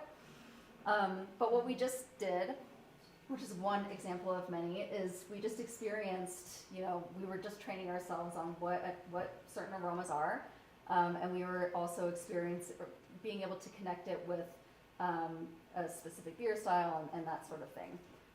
So again, that was like one example. Generally, we would also want to go taste a West Coast IPA and bring that all together. So go taste a West Coast IPA and talk through what that West Coast IPA tastes like by given some parameters and some guidelines with a shortened lexicon. So we'll help bring you along with that. And so once you kind of start doing that, and once those trainings are kind of focused on your brands, you are, if you were doing this in software, for example, and if you were using sensory methodologies, you would be able to start getting a really good idea of the flavor characteristics of your brands. So if the next step was to go taste a West Coast IPA and select the aromas and the flavors that you're getting in your West Coast IPA, you just built a brand description, and you did it kind of by just training your tasters what your brand descriptions are, but you just use that opportunity to make your brand descriptions and to make them more full, to make them more robust, and which is the baseline of any kind of sensory program. You have to know what you're measuring before you can, basically see whether or not it's within your specifications.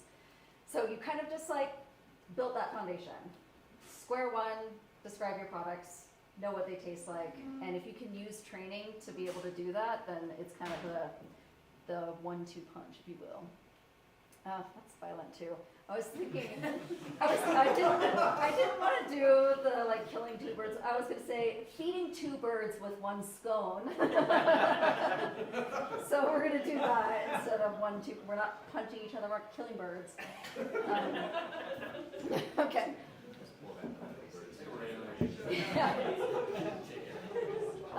So yeah, when training is focused on your brands, you now know the brands that your tasters now know the brands that you make and how they taste, styles, generally how they relate to one another, general beer flavor language, ingredients, their flavor impact, basic beer measurements like ABV and IBU, basic processes like dry hopping, and general tasting etiquette and panel best practices. All those, it's kind of a lot of check marks, but basically by going through these mechanisms, you've taught them how to do everything that would make a good taster. So that's the little switcheroo. All right, and this is what we've been working on for the last year and a half. This is Draft Lab Learning. So we've created a tool to basically do this. So it's kind of I keep saying it's like the Duolingo of beer, but I'm sure I don't want to get sued. So, but it's similar to that. It uses intrinsic learning models and experiential learning, where you are given the opportunity to smell things, to taste things, to fill in your brand descriptions, to learn about the products. I did end up using that huge spreadsheet of everything that you could know about beer. There are over 150 lessons in there now, and I keep making more because they are bite-sized. You know, they're very, very tiny, so you can make infinite lessons. So I'm just chugging those out. That's what I do in my days. So there's a lot to learn. There's a lot to know, and it's basically focused on all of these things that make it easier for your staff to talk about your products. And it doesn't require an administrator because the tool brings you along for this journey, so you don't need an admin. They're prompted to go like grab a West Coast IPA if you have a West Coast IPA, for example, that kind of thing. And you're able to learn by doing and do it kind of on your downtime, on your own time, and hopefully it helps to get your staff confident because it was built with staff in mind and alongside staff. Additionally, these little smelling sticks. So this was just like kind of a fun little side project. These are kind of our little aroma standard kits. You can check those out on our website. We have like we have a hop defects kit. We have West Coast IPA, Hazy IPA. We just released a lager. But because, you know, trainings are only as good as the experience that you create around it, they're given a little QR code and they're brought through a lesson about lager and prompted to smell sample A and sample B and sample C, and they're taught that malt, this is what it smells like, this is why it matters. So they're brought through a whole lesson. Generally takes about 20 minutes. And then they are prompted to go taste one of your lagers and talk about it. So I think the flavor kits are really, really cool. I'm excited about them. And yeah, so you can check those out on our website too. They're pretty chill. That's our QR code, so you can check out our website, check out our flavor kits, and you can get in contact with me from there too, or you can just email me. It's just my name at draftlab.com. So yeah, anyway, with that I can take questions too.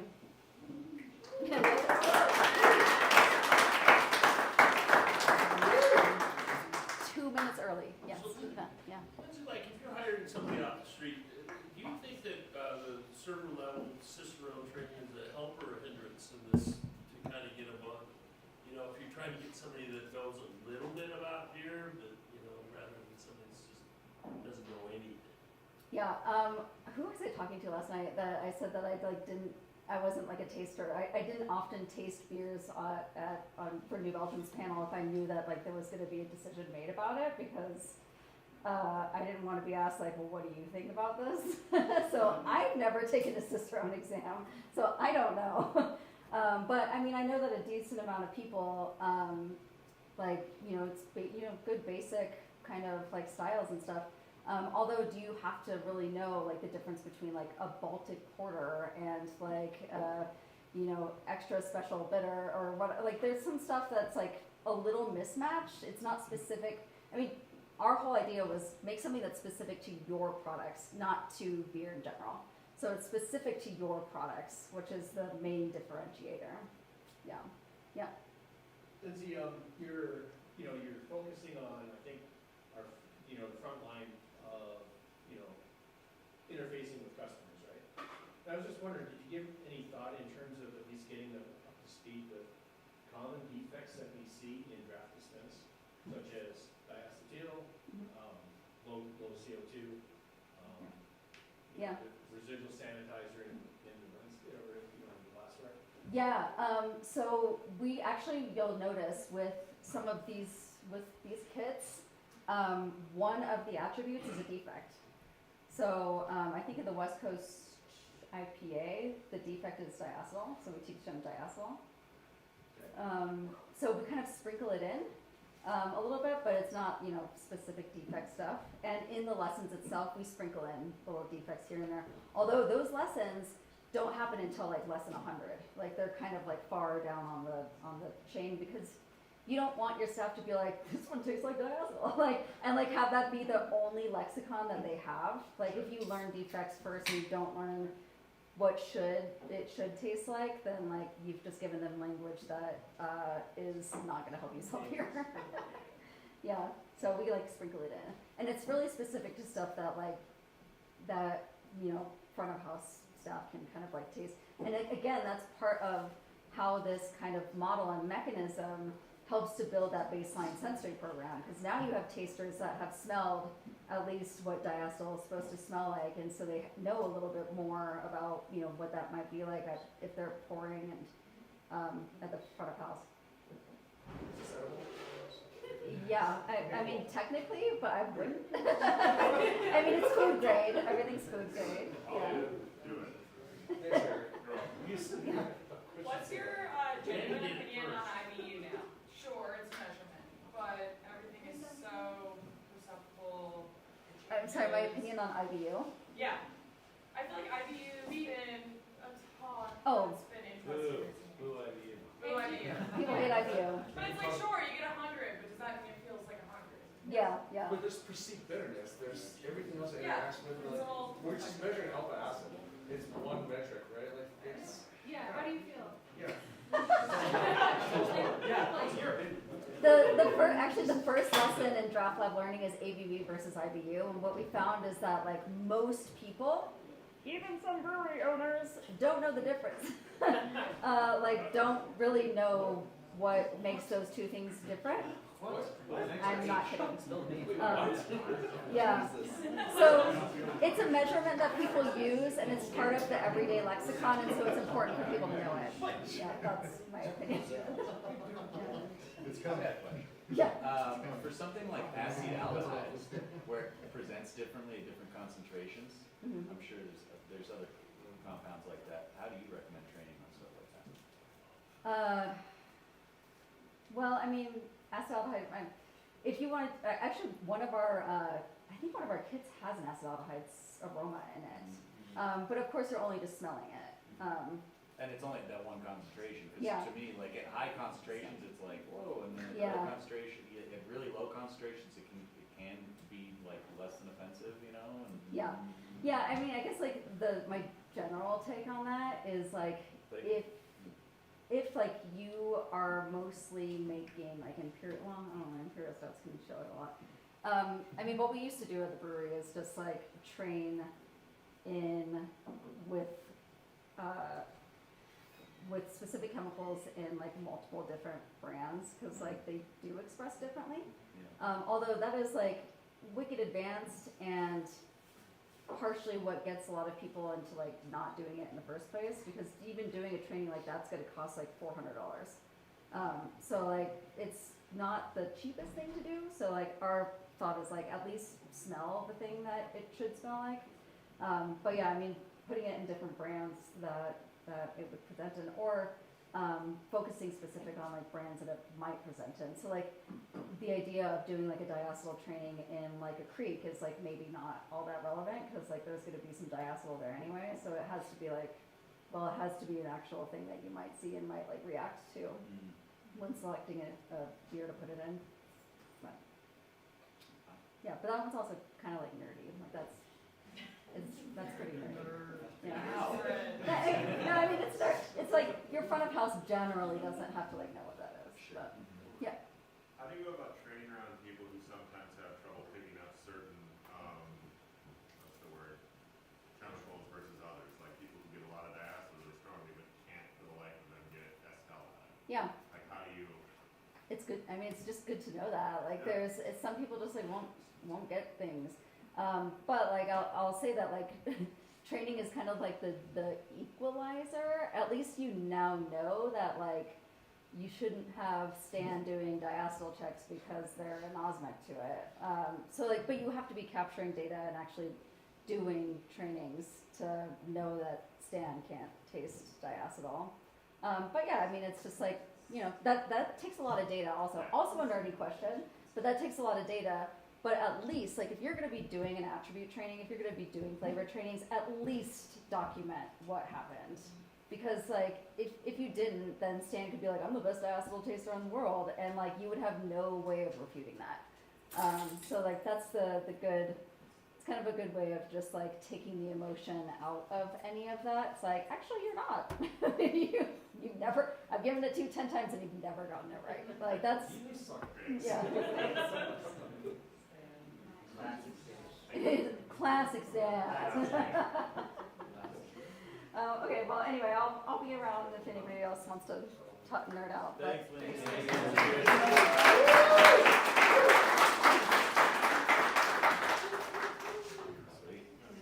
Cool. All right, bars open. all right.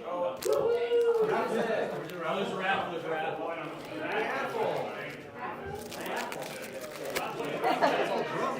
I just brushed my teeth. It's all the same stuff from yesterday. We don't need to tell it. We don't need to shout it.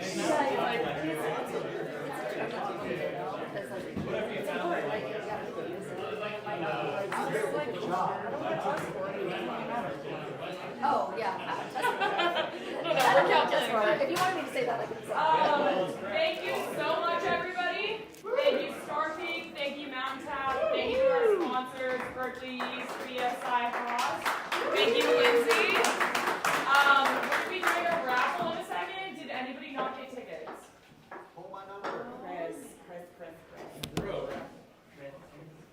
Also, I saw multiple people, including myself, smell that sensory stick before it was even did. I wanted you to know. Oh, okay. Yeah. And then Danny ate it, so.